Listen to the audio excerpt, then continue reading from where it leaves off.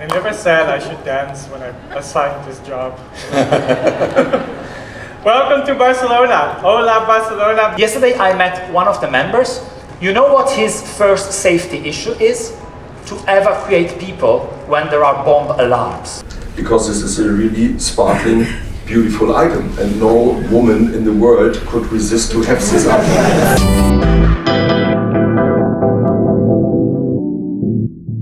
Hey, hallo allemaal en leuk dat je weer kijkt naar mijn nieuwe video. Mijn naam is Michelle en vorige week was de IAAPA in Barcelona en ik was erbij en daar ga ik jullie weer van alles over laten zien. Er is een hoop te doen. Er zijn persconferenties van een nieuwe dark ride in Europa, van de Tovertuin die volgend jaar in Nederland komt en heel veel andere dingen. Maar we gaan eerst kijken bij de openingsceremonie. Barcelona. Welcome to the IAAPA Theater, proudly sponsored by Storyland Studios. I never said I should dance when I assigned this job. Welcome to Barcelona. Hola, Barcelona. I'm proud to say that we never before in our over 100-year history had so many members as we do now. Over 8,600 member companies, out of which 2,200 in the EMEA region, which is a true record. This will be the biggest show floor, like Peter says, in the world. The What's New video. Thank you.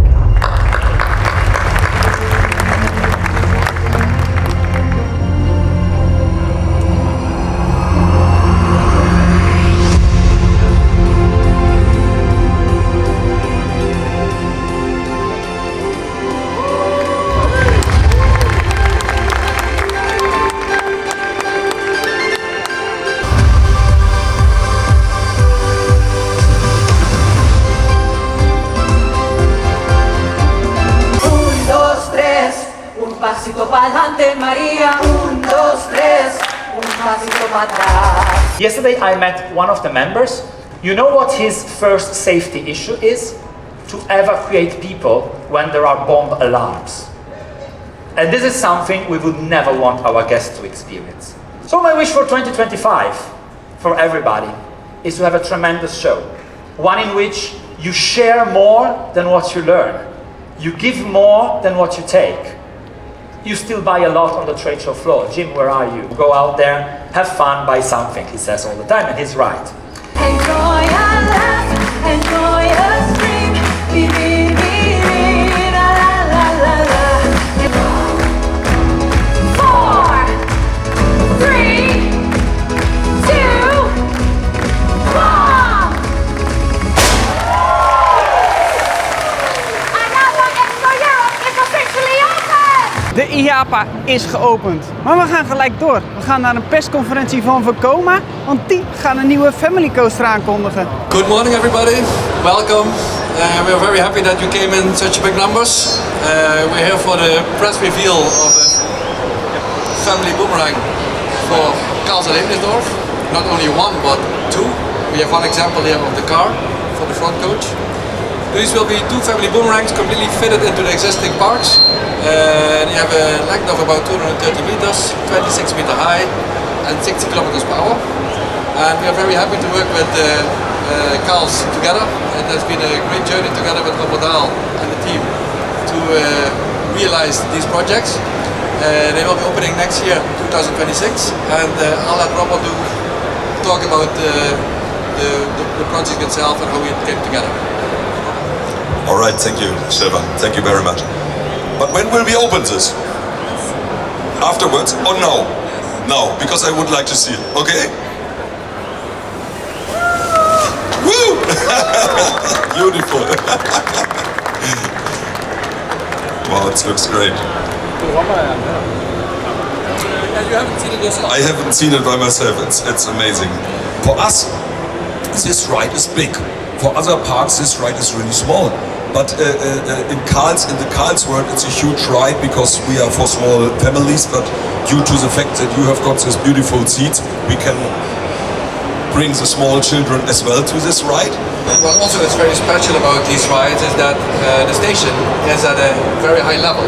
So that makes it also automatically one of the biggest boomerangs we have in the the market, because of your high station level, and after that we're even dropping down to have a normal like 60 kilometers per hour, have a staggering 65 kilometers per hour. Een nieuwe achtbaan dus in Karls Erlebnispark. We gaan door richting de stand van Mack-Rides, want die gaan wat vertellen over een flying theater die er komt in Plopsaland komend jaar. Today we will have the first flying theater for Plopsaland, but for us, for Mack-Rides, it's also very important because it's our fourth one of this type of ride, and it's the first one in Europe, and as a European company, we want to have rides in Europe, of course. Yeah, it's a great pleasure for us to have this amazing flying theater in Belgium, in Plopsaland Resort. It's part of a very big investment which we will announce next week. So this is part of the investment. It's unique as an attraction, it's unique in Belgium, and for Mack it's unique in Europe. Die Flying Theater is onderdeel van een grotere investering in Plopsa die ze in de loop van deze week aan gaan kondigen. Ik ben heel benieuwd wat we nog meer allemaal gaan zien en dan ga ik volgend jaar zeker even kijken als het open is. We gaan nu door naar eentje die ik ook wel heel interessant vind. We gaan naar de persconferentie van Van Hoorn Studios en die gaan wat vertellen over de Tovertuin. En voor de mensen die dat niks zegt, de Tovertuin is het pretpark van Woezel en Pip wat komend jaar opent vlak bij mij ergens in Brabant. Dus daar ben ik heel benieuwd naar. Maar ik heb nog wat tijd over, dus laten we eerst ook gewoon even een stukje showvloer gaan bekijken.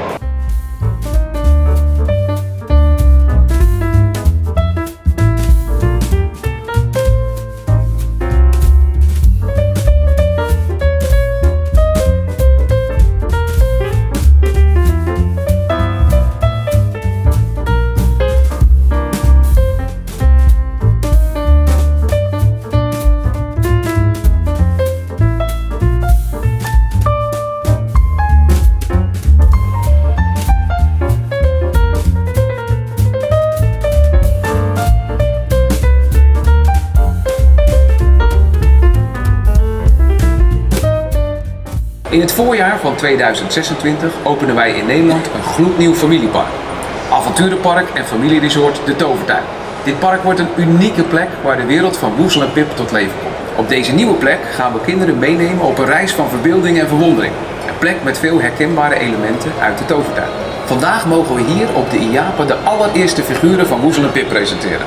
In total we will build 270 different figures and we will build 25 animatronics. Let's reveal. I'm very excited. So let's go.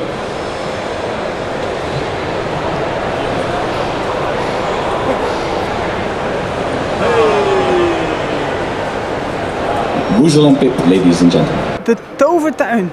Ik ben heel benieuwd hoe dit gaat worden. Ik had na de presentatie nog een beetje een praatje met mensen die eraan meewerken. Daarin werd verteld dat er heel veel wordt gelet op details en dat ze overal aandacht aan besteden. Klinkt heel veelbelovend. Het zal geen gigantisch pretpark worden, maar ik ben toch wel heel benieuwd. In maart gaat het open. Ik ga daar zeker even kijken als het open gaat.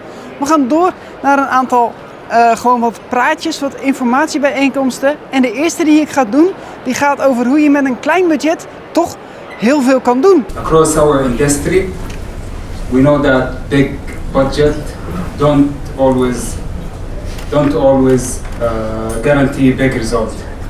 In fact, limited resources sparks the most creative ideas and efficient operation. Everyone has one of these wallet, yeah. Some of you might have one of these, just a more digital version, yeah. And there is a principle behind it. It's called the share of wallet principle. If we look about monthly expenses that our customers have, all the things that they have to pay for with their income, the first thing that comes up to our mind is taxes, insurance and social security. That's sort of one of the basic needs that our customers need. And finally, that leaves them with a proportion of their wallet that's called disposable income.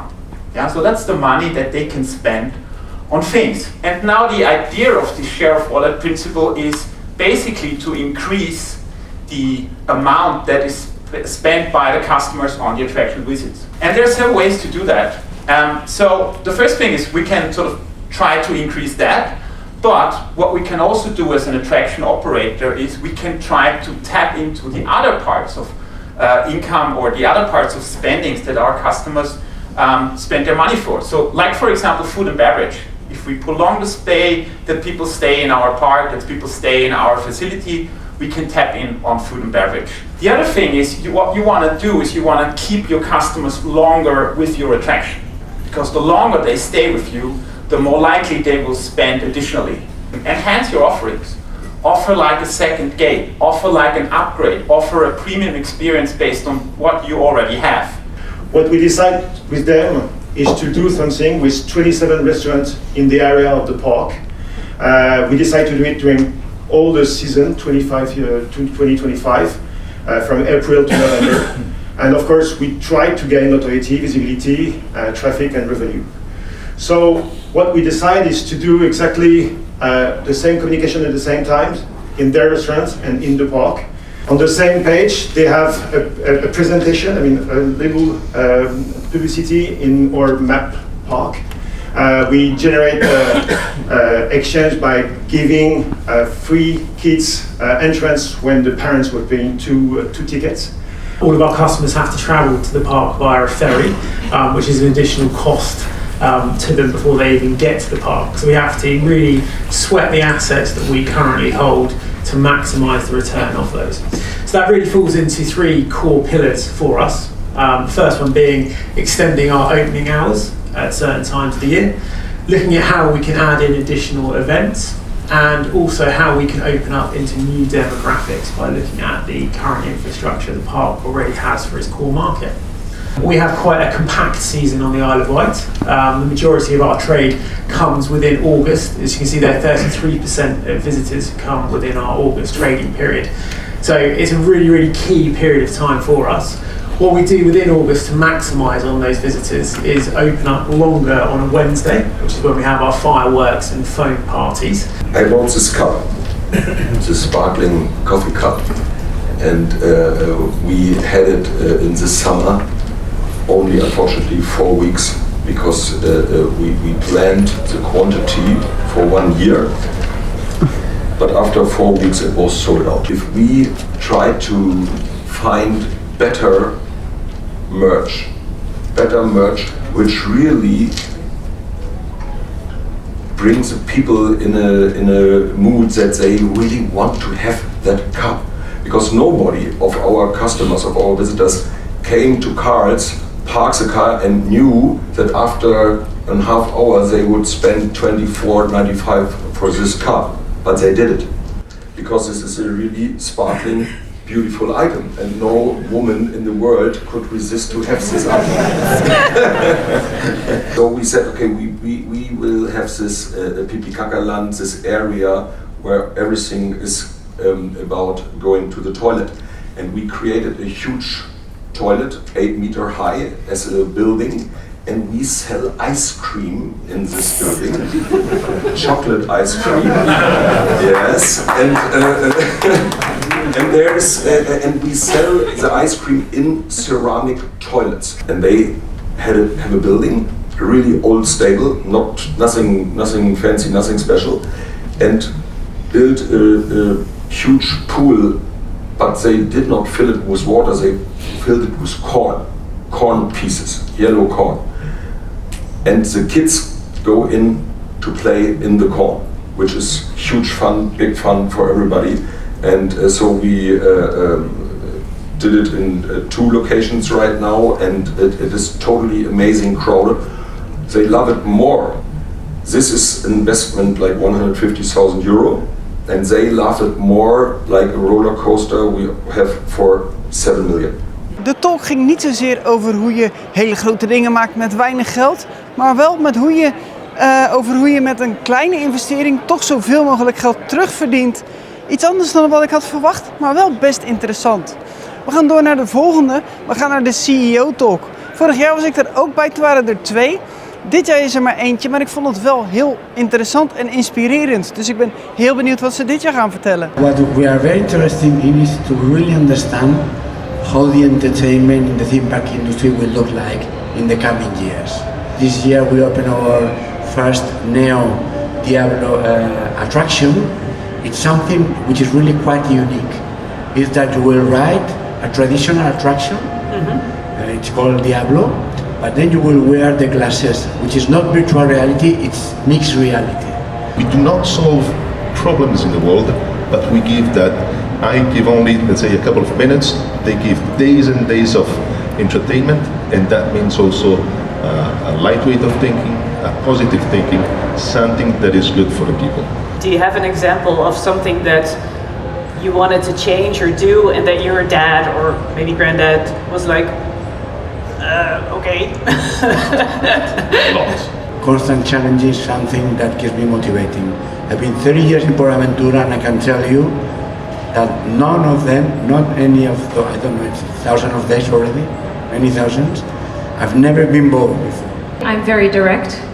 I do what I say and I say what I do, and I think that's a great virtue. So the first time I entered into America doing business, I was like, well, that's my USP, you know, that's how I'm gonna do it.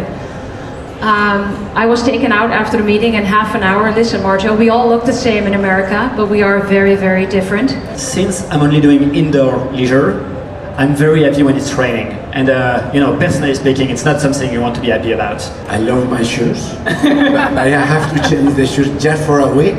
I would love to spend 1 week in every one of your shoes. First week, to learn how to develop an attraction, amazing one. The second, how to open 1 or 2 different business every week, that's amazing. And the third week, how to learn to be creative and create those amazing projects. And then come back to my shoes. They're fine.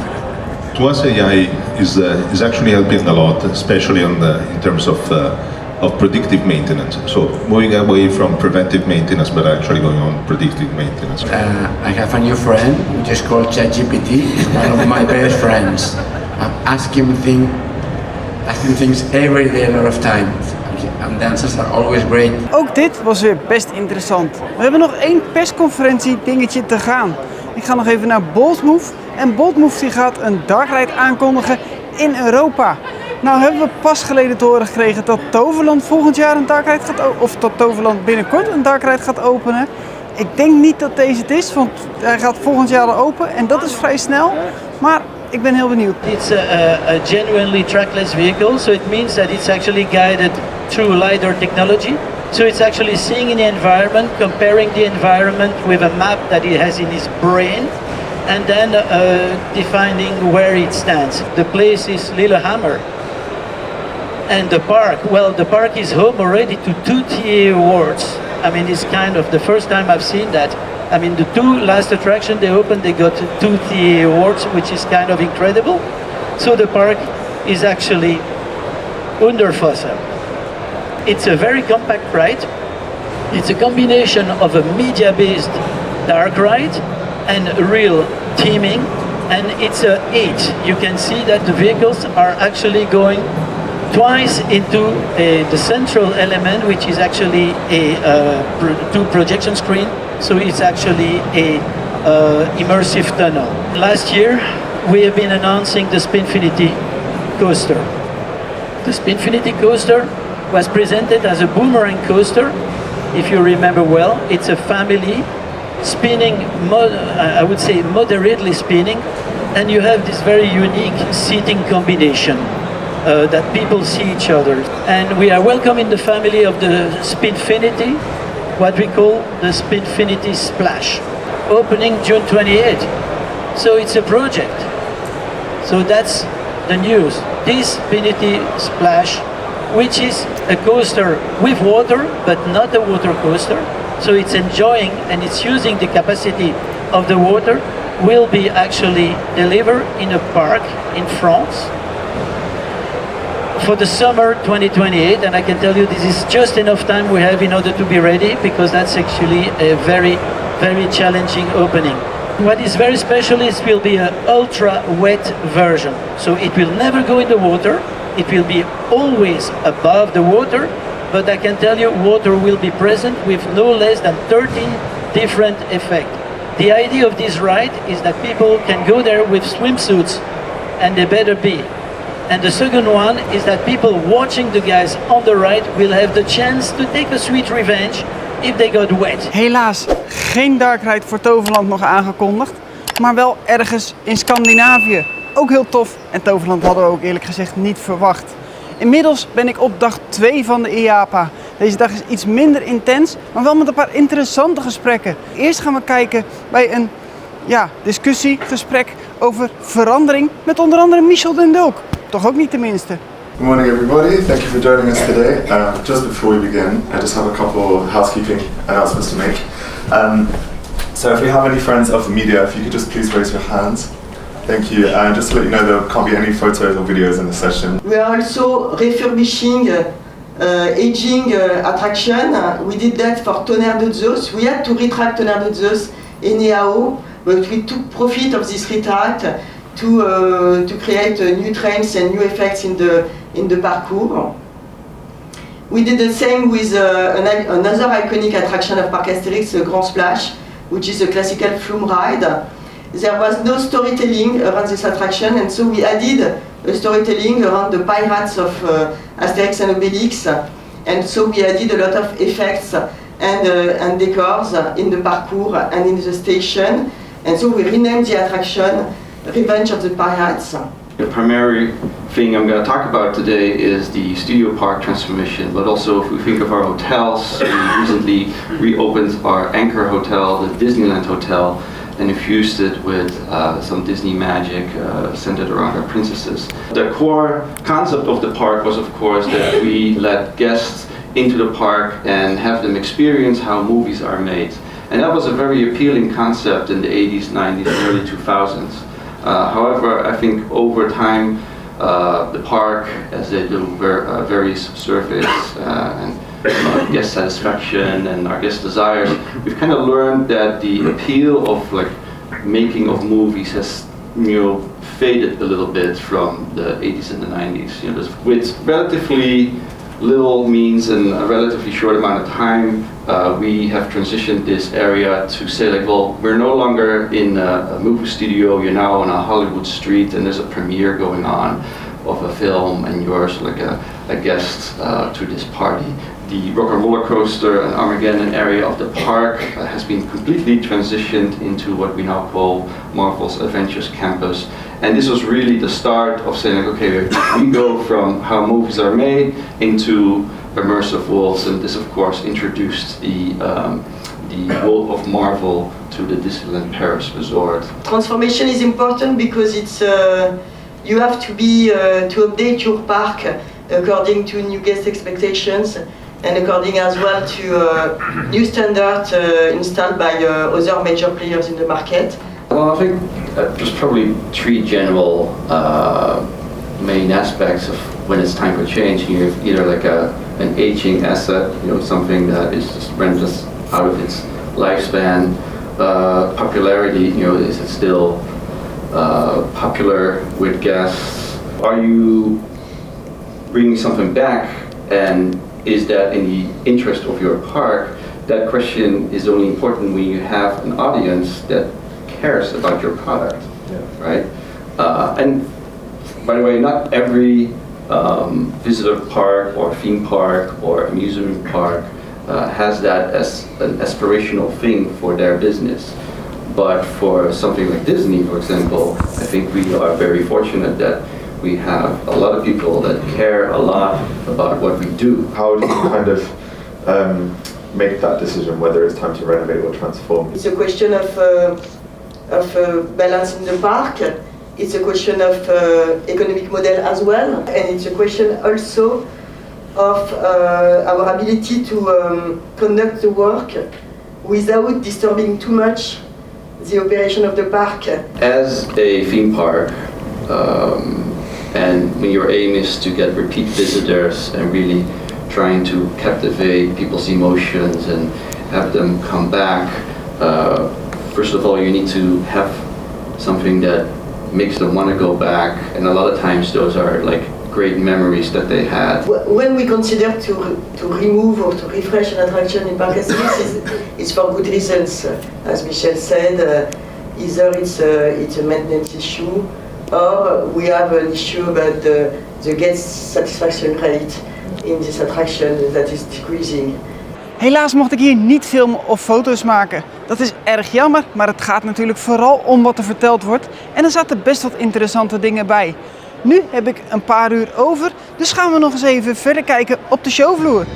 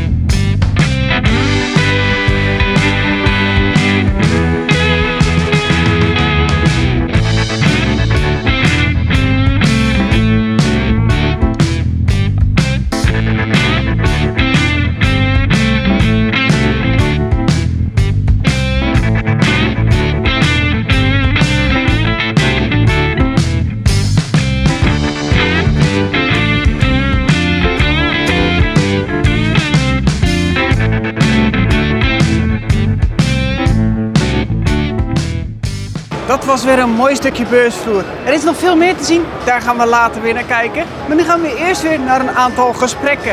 En de eerste die we gaan doen, die gaat over de verandering van het milieu en wat voor impact dat heeft op Europese themaparken. Just to name a few examples of things that have happened in recent years in parks from Parques Unidos Group.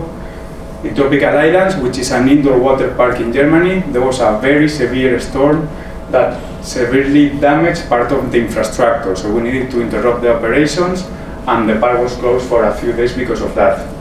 In Mirabilandia, which is in Italy, floods are very common. Every year we're having floods, but the ones that we have been having in the last years have been crazy. Being the one from the last year, we had to evacuate part of the workers, and obviously the park was closed to the public. Not all risks and its impacts are so catastrophic. Just thinking about heat waves, those have a significant effect on the visitors that are attending your parks. And this is something that we have experienced during the summer in Parque de Atracciones in Madrid in recent years, with decreased attendance because of the increased frequency and magnitude of these heat waves. And finally, wildfires. Just to give you an example, 2 years ago in our water park Aquapolis in Cullera, southeast of Spain, there was a wildfire on the forest that was in the nearby that also caused damage to the infrastructure and disruption in the operations. We saw that in theme parks and animal parks there was a decrease of around 20% or maybe 30% with respect to a normal day. We saw that in water parks we got an increase, but this increase was just 10%, so definitely this doesn't compensate the losses that you may have. For heavy storms, we did the same in terms of visitors, so we analyzed historical data, isolating the climate factor, and we saw that there was a 70% decrease in visitors. Obviously, if the storm is very heavy, the park is closed, minus 100%, there is no doubt of that.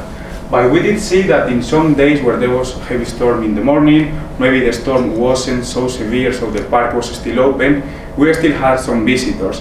And that was likely people who purchased their ticket in advance or that were in town just for the weekend, so they were going to go there anyway. And talking about safety incidents, comparing heat waves and heavy storms, maybe these incidents, they are not so frequent, but their severity is much larger. So we can be thinking about branches of the trees falling and maybe, putting on the way of a roller coaster. That happened also recently.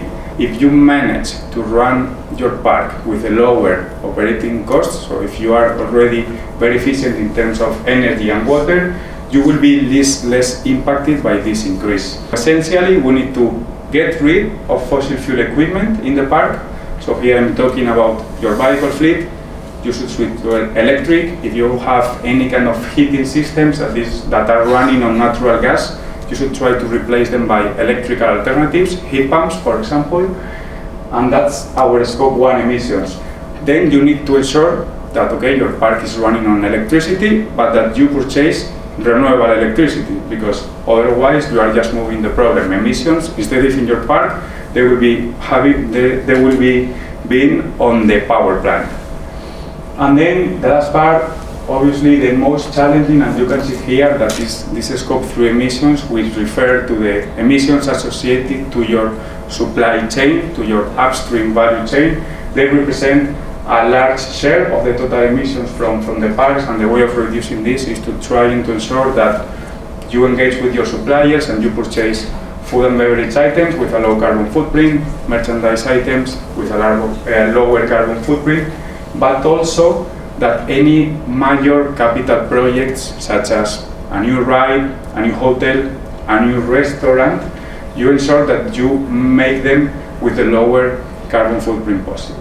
Dat was best een interessant onderwerp en heel erg van deze tijd natuurlijk. Ik denk dat het vooral ook mooi weergeeft waarom bijvoorbeeld een Efteling keuzes maakt die ze soms maken. Mexicano's uit de schappen, vuren weg, de warmte-koude opslag, allemaal zulke soort dingen. Maar je merkt dus dat het stiekem veel meer betekent voor de Efteling dan dat ze alleen maar een beetje interessant willen doen. We gaan door naar de volgende. We gaan naar een momentje van Europa Park waar ze gaan vertellen over entertainment en wat het nut is van entertainment.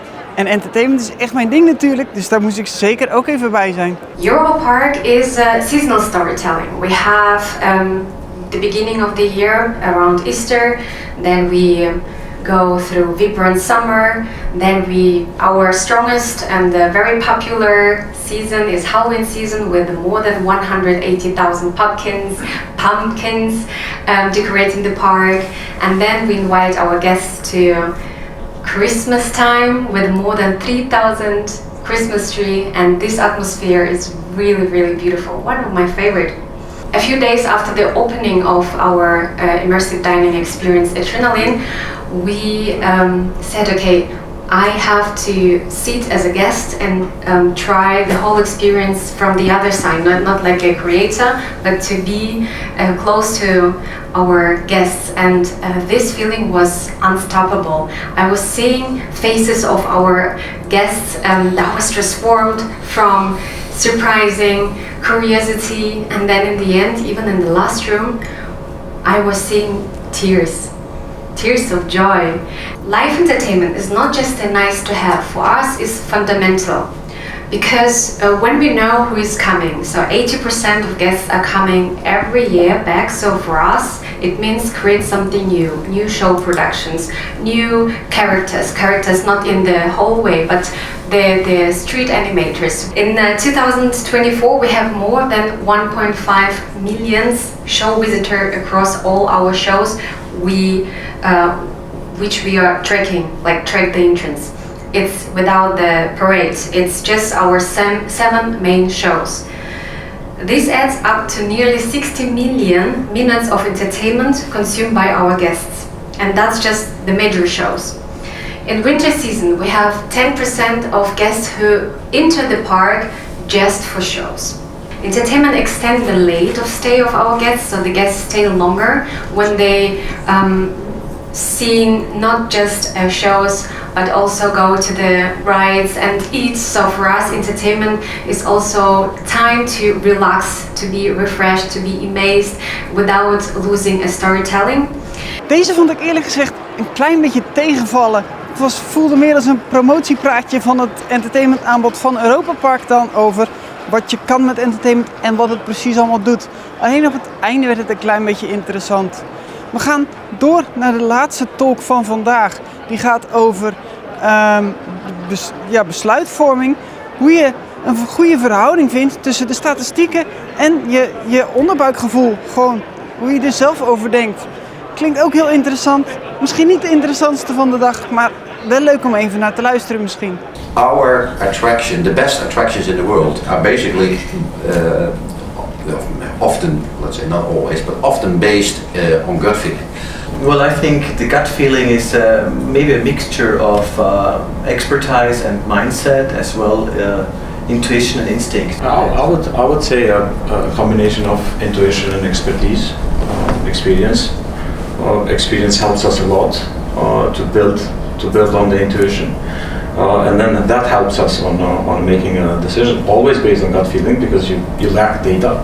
I remember that we used to do a light festival in winter because we wanted to attract many tourists that are in this region in this period, and we did it for 3 years and the results were not satisfying. They were not good. So I flew to Lyon in France and visited the Fête des Lumières, which is one of the biggest light festivals in this world, and we adapted the concept of this festival to the crystal worlds. And we did it, and this was really just a gut feeling, because I had to convince the CEO to do it a 4th time, and he said, listen, you just not wasted, but you spent 3 years, many 100,000 euros for life, and it did not work. And I said, give me a last try, and it was a super success where we welcomed more than 80,000 guests for this 3rd or 4th version. As soon as we opened, was not so popular, and people were just coming out with their faces. I said, I asked somebody, and somebody replied, pretty. I said, pretty? It is something maybe a girl can say to a guy she doesn't want to see at all. And so I said, guys, we have an issue here. Let's say you have the data, you have a good feeling, and then you have data that says it's in balance or just lower, that the data said better don't do it. What would you do? Go with the gut feeling. Yep. Always. Okay, good. You have the instinct, you have the experience, which is a pillar of everything else. Then you don't ignore the data, but you work around it. I'm so happy with this kind of entrepreneurs, right? Because if they don't do that, then this industry would become very boring. I think if you don't have the expertise in this field, then maybe your gut feeling might be very tricky. Because as mentioned in the beginning, I think it's always connected also to your experience and what you gained so far. Dat was eigenlijk een stuk interessanter dan ik van tevoren had verwacht. Best wat leuke inzichten. Inmiddels is het de laatste dag alweer van IAPA, dag 3. En er is niet zo heel veel te doen. Maar eerst gaan we nog een stukje showvloer doen, want die had ik nog beloofd.